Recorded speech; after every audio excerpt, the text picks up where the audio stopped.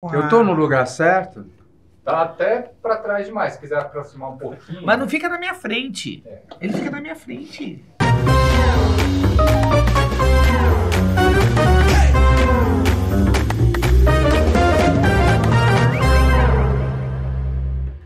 Elias. Oi. Oh, nós aqui outra vez. Oh. Tá feliz? Ai, que pergunta, meu Não, tô Deus. brincando, tá feliz. Não, é Toma um muito, remédio. é muito profunda essa pergunta. Você Ninguém tá pergunta para você é feliz, você está Não, feliz. você não sei porque o teu estado de espírito não permite, mas você está feliz hoje? Não Comigo gosto aqui? quando chacoalha, agarra. Não? Olha lá para. Então vou Eu falar. tenho que ler aqui porque eu estou sem bifocal. Ó, não, vai Vamos ver, lá. olha, vai falar aqui mais um programa que a gente tá aqui. Eu fico tão feliz cada vez que eu sei que eu vou ver o Elias. Não, eu acho assim,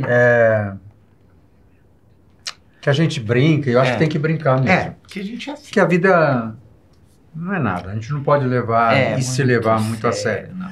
Nós A não gente levamos. brinca, mas a gente brinca com coisas que a gente gosta, a gente faz o que a gente gosta, É né? O uma teatro, felicidade. Não, o teatro é muito bacana. A gente se sente até privilegiado de ter escolhido, né? Esse ofício, assim.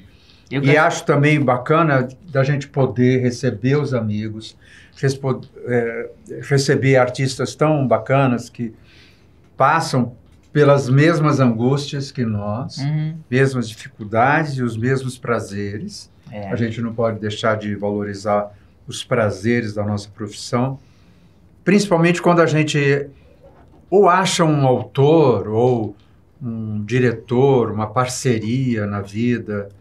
Eu acho que isso para um artista é muito confortante, né? É. Você Dá um aconchego. achar. Eu acho que o mais difícil hoje para qualquer ator, ou mesmo diretor, assim, é você escolher o que vou dizer neste momento da minha pequena história ou do país que eu vivo. E acho legal isso, né? E quando o ator escolhe o texto, o poeta, o dramaturgo, o pensador, é quase que um êxtase, assim. Essas escolhas, né? Porque, assim, eu gosto muito do teatro dessas e da sua gente, sabe? Eu gosto, assim, é bom, assim, Elias, eu fazer esse programa aqui com tantos convidados especiais que nós já recebemos, né? Essa parceria linda que a gente está aqui nesse estúdio aqui, @o Andar, que está aqui, e com o Humberto Renato, né? Da Sussuarana Filmes, com tanto carinho. Essas meninas maravilhosas, a Marta Lozano, Célia Giordani, Selma Morente, Bia Capelas, aqui, todas aqui com a gente. É muito bom. E é isso, E é um acho- junto. E acho também que o grande produto que nós temos, e que a gente está aqui para isso, é que é o portal onde o público, ou o espectador de teatro, ou as pessoas que seguem Uhum. a Morente Forte, pode acessar o www.canalmf, Canal Teatro MF. Canal Teatro Não puseram aí MF. teatro. Não puseram, então Não eu li puseram. errado. Né? Canal Então, Teatro vai. MF. Ó, não puseram, tá? Não vamos falar quem foi. Tá. www.canalteatromf.com.br. Coloca certo aqui, porque na ficha estava errada, mas a gente não vai contar quem foi. Tá. Tá? Então, a minha parte eu cumpri. Eu Cumpriu tentei, direitinho. pelo menos. E aqui é o programa. Agora, é o canal. você sabe- Segue também o programa. Agora tem Instagram. Programa é o canal, sem acento, né? Programa é o canal. Não precisa não aqui. Programa. Não precisa. Tá bom, tá bom. Você sabe- agora, eu queria saber, sabe o que eu fiquei curioso? Porque o nosso convidado, que eu amo muito. nós todos amamos. Todos amamos. E as pessoas vão ficar muito felizes sabendo que ele está aqui para falar desse trabalho que é muito lindo e que é a segunda vez que ele percorre esse caminho. E eu fiquei pensando assim, deve ser interessante você retomar um trabalho depois de algum tempo ali parado. Assim, o que leva o artista a retomar aquele trabalho? É a mesma escolha em períodos diferentes. 14 anos depois. É muito bom. Eu passei por uma experiência assim. Ah, é? Durante a pandemia, né? eu estou muito interessado em saber qual é a expectativa dele de retomar esse mesmo autor depois de algum tempo, assim. Vamos chamar? Vamos. Vamos. Eu posso falar? Pode. Então aqui é um prazer imenso receber Guilherme Leme no nosso programa. Esse grande artista, querido. Prazer, viu? Prazer é meu. Só de estar do lado de vocês, para mim, já é uma dádiva. Não, você sabe que quando eu conversei com você, que você pôde fazer, assim, estava ensaiando, aí depois você veio a estreia semana passada. Quando você tá aqui com a gente, assim, é um prazer, Guilherme, porque você sabe, eu te sigo há muitos anos, antes das redes sociais, não existia nem Twitter, nem Instagram, nem Face, eu já te seguia, porque você realmente é um artista muito interessante, muito, fora o ator magnífico que você é, né? Vamos falar então do Estrangeiro? Vamos. O Estrangeiro que está em cartaz no Teatro Vivo, daquele lindo delícia do André Scioli também. Exatamente. Terças, quartas e quintas, às 20 horas. 20 horas, é um horário ótimo, 20 horas. Eu acho ótimo esse horário, que aliás foi um dos primeiros teatros, o André forçou às 20 horas, eu acho ótimo. Eu estou gostando agora, aqui no Brasil, geralmente os horários eram sempre às 9, né? 9, 9 e meia é muito tarde. E agora está baixando para 8, eu gosto disso.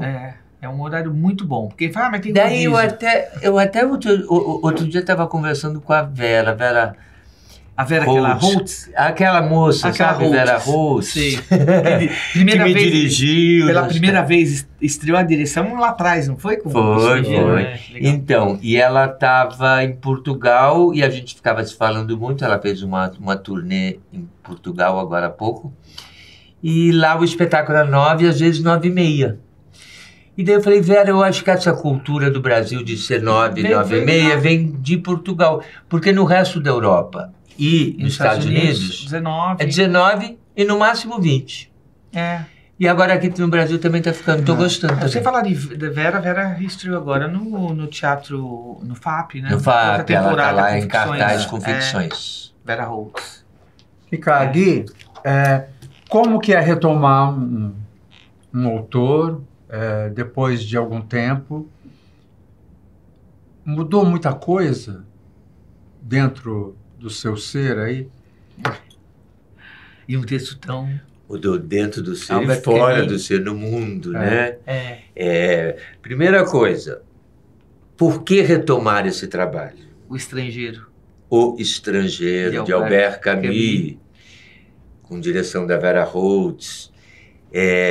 Você é um dos culpados. Você me provocou a voltar. O André Scioli, na época da pandemia, que você inclusive fez lá coisas com o André, né? E o André me provocava muito, volta com o Estrangeiro, volta com o Estrangeiro. Foi logo depois da pandemia, quando estava abrindo, começando a abrir, né? E o André estava retomando o teatro. E o André me provocava, daí a gente encontrou umas 2 vezes, você falou, volta com o Estrangeiro, vem fazer o Estrangeiro. Eu fui te assistir lá, você falou, vem fazer o Estrangeiro aqui e tal. A gente já passou muito tempo, já foi, enfim. Eu acho que o espetáculo eu já fiz durante 3 anos e meio esse espetáculo, da primeira versão. Nós tivemos o prazer. Hoje você está com a queridíssima Adriana Monteiro, aliás, a Adriana Monteiro, uma querida amada, mas nós estávamos juntos, né? Exatamente. Atrás, E daí com essa provocação toda, foi me dando uma coisa, foi mexendo comigo. E eu falei assim, gente, revisitar a mesma obra. Eu não tenho vontade de fazer a mesma montagem, né? Eu não tinha vontade. Eu falei assim, não, repetir o mesmo não vai me excitar, não vai me dar tesão de subir no palco. Eu fazia igualzinho o que eu fazia, me vestindo, a mesma luz, mesmo... Falei, não. Então, daí a Vera concordou comigo da gente realmente fazer uma outra obra, porque 15 anos depois da primeira estreia, né? O mundo mudou, a gente mudou, o olhar da gente, o olhar do... a Vera falou assim, quantos monólogos foram feitos durante esses 15 anos? Né? Uns 300 monólogos só aqui no Brasil, né? Não tinha tanto, então, né? Vamos... Hoje tem muito mais monólogos do que já teve. Eu falei, não, vamos mexer legal, vamos pensar numa outra uma outra versão mesmo. E eu precisava me sentir desafiado de subir no palco e descobrir novas coisas, descobrir uma nova postura, uma nova linguagem. Claro, a gente já vem, tanto eu quanto a Vera, a gente já vem com outro olhar em cima da obra, né? A gente está falando de uma obra que é o pontapé inicial do existencialismo no mundo, né? O Estrangeiro e o Mito de Sísifo, que foram escritos paralelamente, eles foram o pontapé do existencialismo. E, inclusive, foi este livro que gerou uma das brigas públicas mais famosas do mundo, que é entre Albert Camus e o Sartre. Eles começaram a brigar por causa de um texto que o Sartre escreveu sobre o estrangeiro. Então, esse livro, ele tem pano para manga. Esse pensamento camusiano tem pano para manga, sabe? E continua super atual o texto. Eu acho que o texto continua muito atual. Uma coisa, né? Muito isso que é interessante, que é clássico. Porque a gente fala exatamente do que o que é a gente no mundo. É maravilhoso. O que é estar no mundo ou não estar no mundo, né? Existencialista mesmo. Discutir a existência da gente. O que a gente... porra que a gente está fazendo aqui? Ou que porra a gente não está fazendo aqui, né? Isso é um pensamento para sempre, né? Eu acho que a gente... Todo mundo se questiona, né? Na vida, uma hora. O que eu estou fazendo aqui? E sabe o que eu sinto, Guilherme? Assim, que depois da pandemia, eu acho que a escuta nossa, do público, também mudou. Acho o público mais disponível. Mais atento. Mais atento. Também acho. A gente tinha perdido essa escuta. Antes da pandemia, tinha uma coisa um pouco frenética, um desespero, que sempre houve, né? A coisa da comédia, tudo tem que ser uma comédia, tudo tem que ser uma comédia. E com a pandemia, isso, de alguma forma, se alterou. Eu sinto que a escuta do público é outra. Eu acho. Não, e acho que, inclusive, depois da pandemia, os teatros começaram a lotar. A gente está num momento muito legal do teatro. Eu vou... Toda peça que você vai tem gente, as pessoas estão querendo ver teatro. Acho que elas se afastaram um pouquinho do cinema, porque aprenderam a ver cinema em casa. Mas essa diferencial, né? Ainda o cinema dá para ver.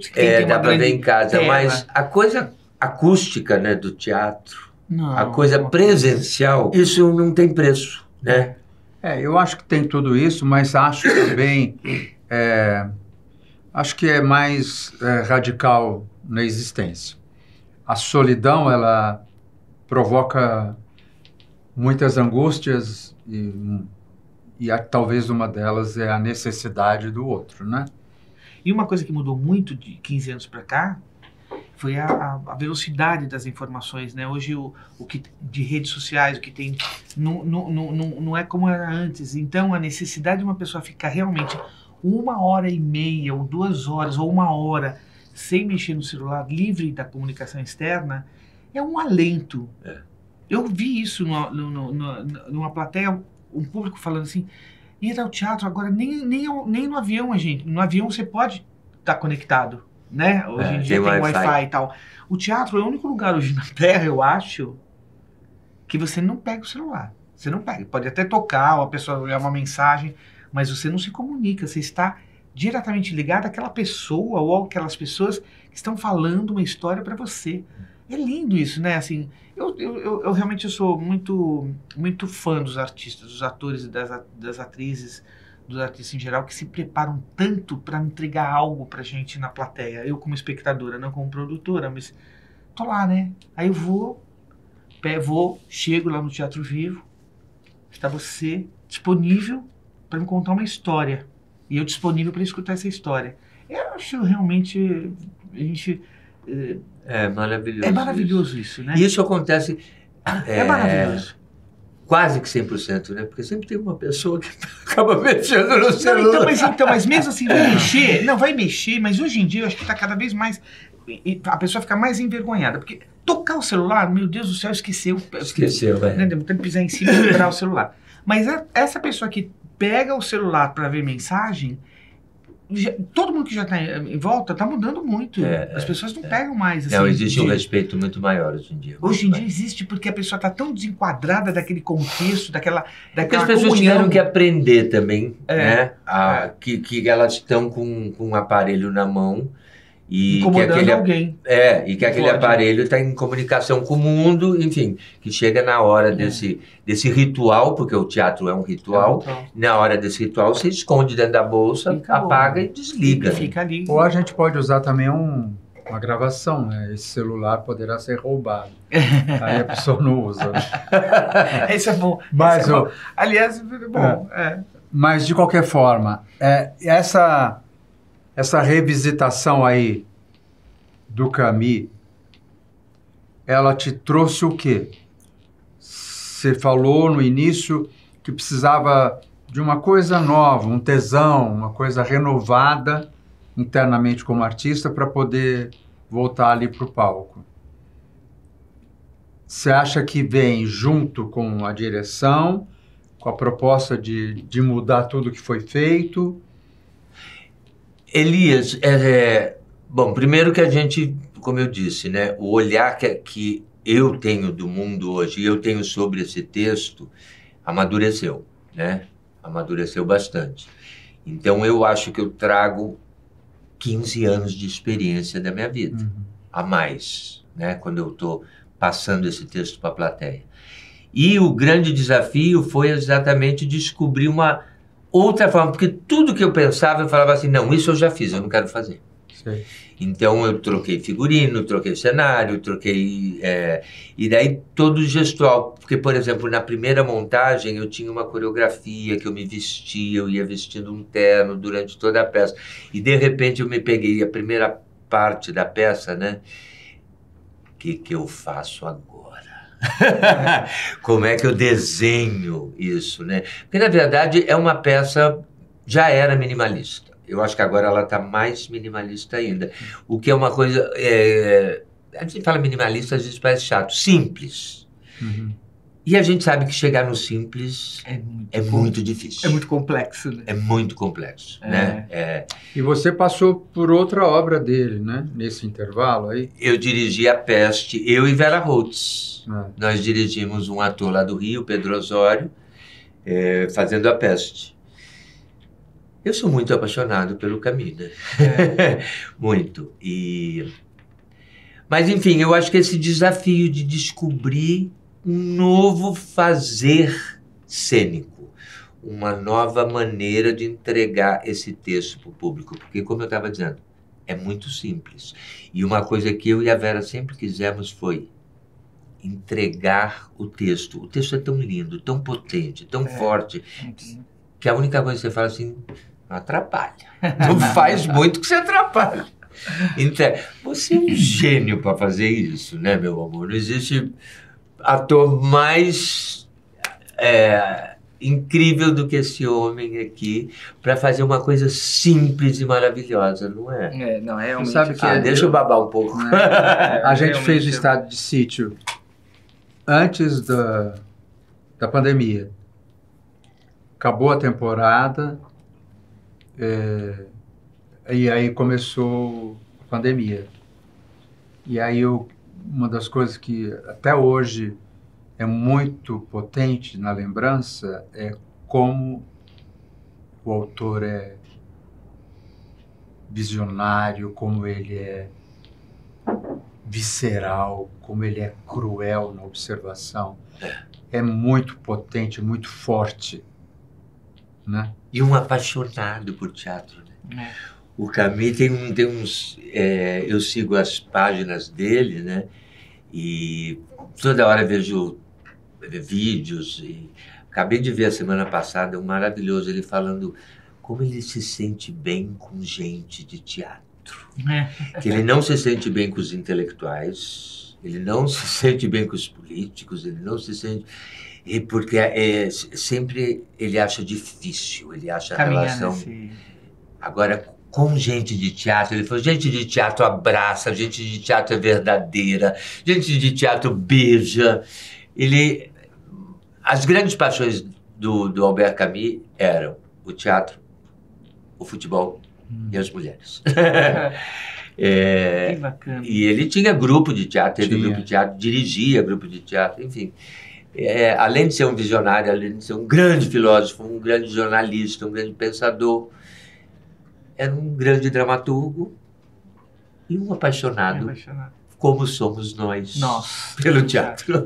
E tudo que o teatro nos dá, né? Mas conta um pouco sobre o estrangeiro para quem está nos ouvindo, nos vendo também. Bom, para quem nunca leu, nunca ouviu, O Estrangeiro conta a história de um homem simples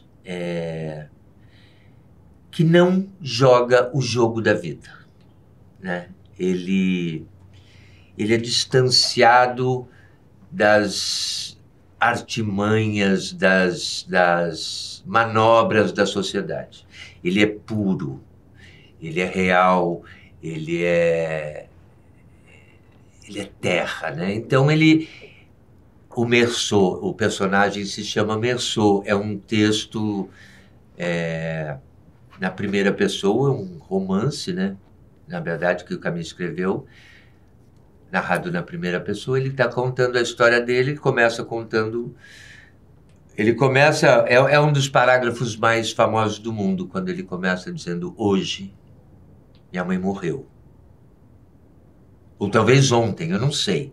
Eu recebi um telegrama do asilo. Sua mãe faleceu, enterro amanhã nossos pêsames. Mas isso não quer dizer nada, pode ter sido ontem.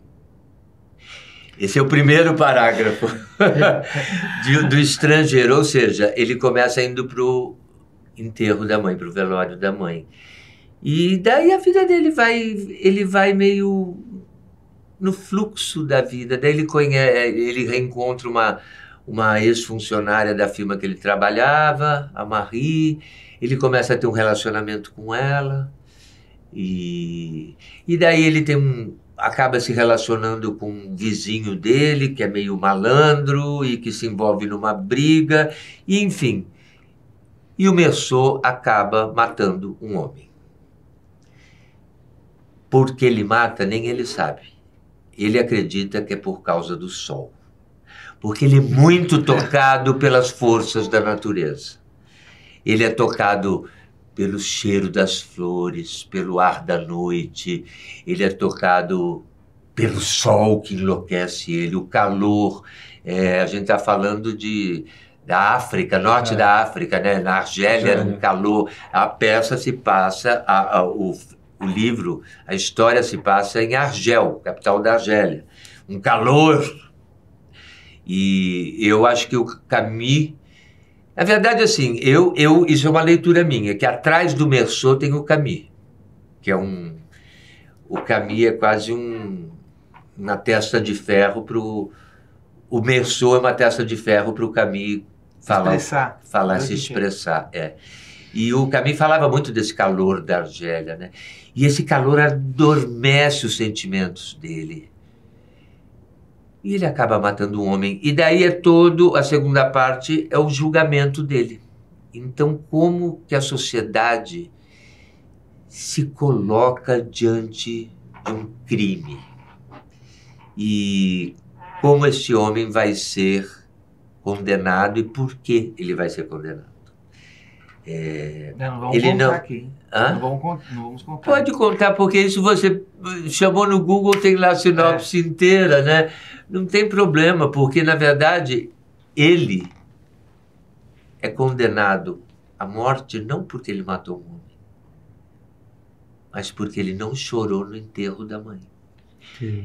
Essa é a grande chave do julgamento. É tão lindo, assim, o nosso ofício, porque, assim, as escolhas, né? Que eu acho mais bonito é as escolhas. Você pensa assim, o mundo que nós vivemos, com toda a velocidade, com todo o tom trágico no mundo, né? E o artista se permite uma pausa para observar, né? O ser humano, né? É tão lindo isso, não é? Nós somos privilegiados. E você falou uma coisa bonita agora, desse trágico do humano, né? Porque a nossa existência é trágica, né? Vamos combinar. Todo mundo... A vida, eu acho que a história da humanidade, a nossa vida, a gente sempre tem um corte trágico, assim como as tragédias foram escritas, que sempre vem com uma ruptura no meio, né? Do texto, que é a cisão que eles chamam, né? A cisão trágica. A vida da gente também é assim, né? A história da humanidade, ela é cortada por tragédias, por acontecimentos muito fortes. E a vida da gente também. E é isso que a gente... que faz a gente pensar como trazer para uma humanidade e para uma...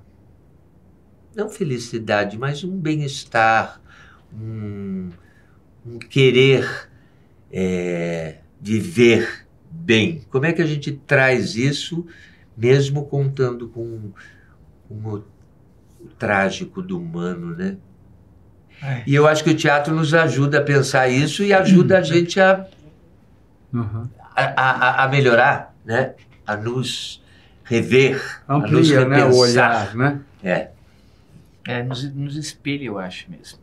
Agora, Guilherme, assim, essa coisa, assim, você é um artista, né? Você não é um ator, né? Além desse ator maravilhoso que você também é diretor. Já dirigiu peças belíssimas, né? Musicais, inclusive, né? Lindas, maravilhosas. Chile com a Beth. Chile com a Beth. Nossa, que nós tivemos o prazer de fazer assessoria também. Muito lindo.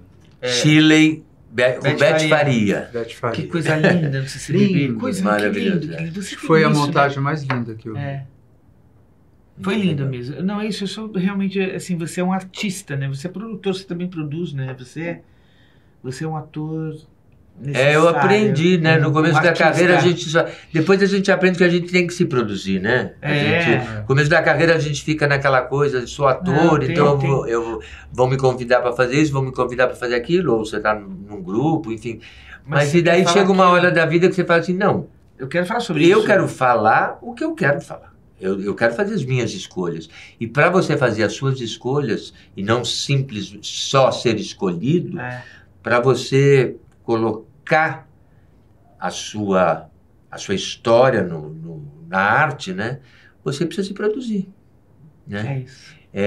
Eu me lembro muito, não vou me lembrar quem falou isso, mas a diferença quando você começa a se produzir, a fazer as suas escolhas, é quando você começa a escrever realmente a sua história.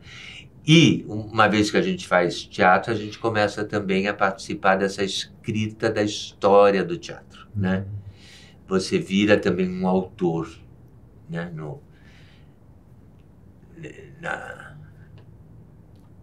Você... Esse processo todo.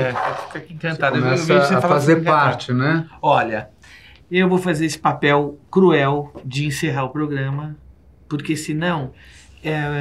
a gente não consegue terminar. Eu fico pegando vocês. Fica pegando. Porque eu sou mulher de teatro, a gente pega. Ó, a gente é que nem o Caminho, a gente gosta de pegar. Você é a mulher da vida, né? Porque é isso mesmo.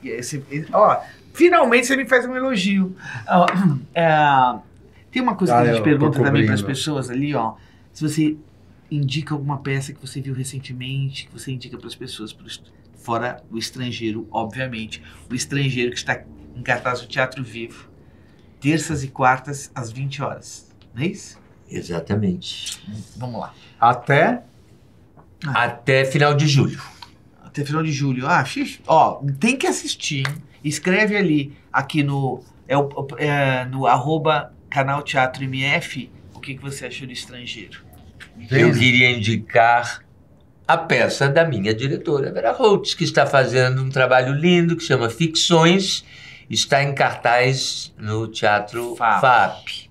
Sextas, sábados e domingos. Eu não sei exatamente o horário, mas é só olhar lá No serviço. No serviço. Ficções é um texto do Rodrigo Portela em cima do Harari, que é um maravilhoso, outro pensador maravilhoso. Yuval Harari, Noah Harari. É isso aí. Ai, Guilherme, então vamos todos do estrangeiro, Vamos que a gente todos se pega. do estrangeiro. Eu não vou te pegar mais. Vamos, todo mundo na estreia! Olha, eu não vou te encostar mais, agora você vai pegar no Guilherme. Isso. Pronto, vá. Obrigado!